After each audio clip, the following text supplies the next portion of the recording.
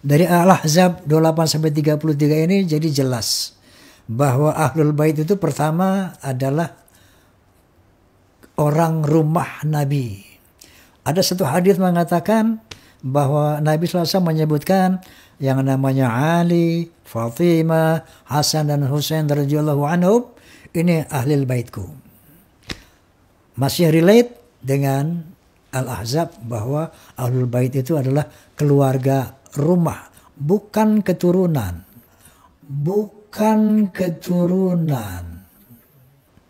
Ada yang harus diluruskan juga, yaitu surat Asy-Syura ayat 23 yang berbunyi Qul la as'alukum alaihi ajran ilal mawaddata fil qurba, yang artinya katakan ya Muhammad, aku tidak meminta imbalan atas dakwah yang aku lakukan, melainkan cinta dan kasih sayang dalam kekerabatan.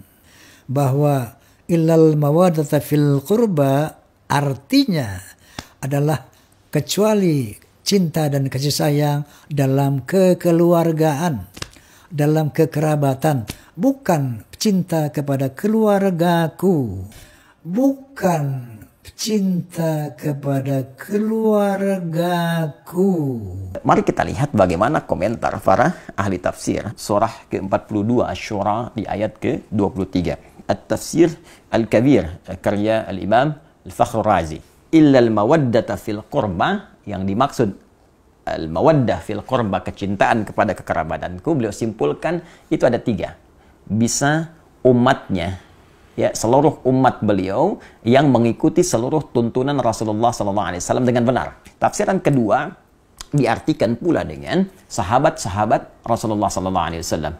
Nah, tapi yang paling menarik ada yang ketiga, dan ini menempati level yang tertinggi, yaitu langsung keluarga besar keturunan Rasulullah SAW. Baik, ya, semua tersambung dari Al-Hasan ataupun Al-Husain ridwanullahu alaihima, yang keduanya tentunya tersambung kepada Sayyidah Fatimah Az-Zahra, ya, putri Rasulullah SAW, istri dari sahabat mulia Ali bin Abi Thalib karamahullahu wajhah. Pemilik tafsir Al-Kasyaf Az-Zamakhsyari menyampaikan satu riwayat, annahu lamma nazalat hadhil ayah, tatkala turunnya ayat ini, illal mawaddata fil qurba, kemudian kila, dikatakan kepada Rasulullah SAW, ya Rasulullah, wa ya Rasulullah, man qarabatuka haula'il ladzina wajabat alaina mawaddatuhum. Ditanyakan kepada Rasulullah ketika ayat ini turun, ya Rasulullah, siapakah yang dimaksud kerabatmu itu yang wajib bagi kami ini menyayangi mereka, mencintai mereka? Maka apa jawab Nabi? Faqala Ali wa Fatimah wabnahuma, fathabata anna haula'il arba'ah aqarib an-nabi sallallahu alaihi wasallam, adalah Ali, Fatimah, dan putra dari keduanya, dan tentunya ini mencakup keturunan-keturunan dari mereka. Maka Al-Imam Fakhr Razi, ya, mengomentari kalimat riwayat tadi, mengatakan maka dengan tetapnya keterangan ini, mereka keturunan Nabi langsung dari Ali, Fatimah, Al-Hasan, Al-Husain, ini harus menempati porsi tertinggi dari nilai kasih, cinta, perhatian, tak boleh disakiti, dari 3 golongan yang tadi disebutkan. Bahkan Imam Fakhr Razi langsung mengomentari, bahkan ini kita bisa dapati beberapa petunjuk, kata beliau. Di antara petunjuknya, la syakka anna Nabiya sallallahu alaihi wasallam kana yuhibbu Fatimata alaihi salam, qala sallallahu alaihi wasallam, Fatimatu bid'atu minni, ya, Fatimatu bid'atun minni yu'dhini ma yu'dhiha. Fatimah itu belahan diriku, belahan jiwaku. Maka siapa yang menyakitinya, dia telah menyakitiku. Siapa yang menyakitinya, dia telah menyakitiku. Dan bukankah keturunan dari Fatimah Az-Zahra belahan dari jiwa beliau juga? Bukankah Al-Hasan putra beliau, Al-Husain putra beliau? Tentu itu belahan jiwanya. Dan keturunan dari Al-Hasan, keturunan dari Al-Husain, para sayyid, syarif, yang mendapatkan cinta, yang dicintai, itu keturunan langsung yang terurut nasabnya kepada Sayyidah Fatimah Az-Zahra. Dan ketika menjadi belahan jiwa Sayyidah Fatimah, maka menjadi belahan jiwa Rasulullah SAW. Karena itulah saking tingginya derajat mencintai keluarga besar ini pada level yang pertama, sampai dijadikan doa dalam tasyahud. Allahumma salli ala Muhammad wa ala ali Muhammad. Ada juga penguat di tafsir Ibnu Katsir. Ini dalil dari Ibnu Katsir yang menguatkan bukan hanya Fatimah ya radhiyallahu taala anha, Ali bin Abi Thalib, dan putra keduanya itu Al-Hasan Al-Husain. Tidak dicukupkan mawaddah al-qurba fil qurba pada keempatnya. Nah, di antara buktinya apa yang disampaikan oleh Imam Ibnu Katsir dalam tafsirnya, tafsir Al-Qur'anil Azim. Ia berkata, "Lamma ji'a bi Ali ibn al-Husain asyara." Tatkala Ali bin Husain ditawan, maka kemudian dia dibawa ke gerbang kota Dimashq. Berdirilah seorang laki-laki dari masyarakat Syam. Faqala, dia berkata, "Alhamdulillahilladzi qatalakum wasta'salakum wa qata'a qarnil fitnah." Segala puji bagi Allah Subhanahu wa taala yang telah menghancurkan kalian dan memutus fitnah di zamanku ini.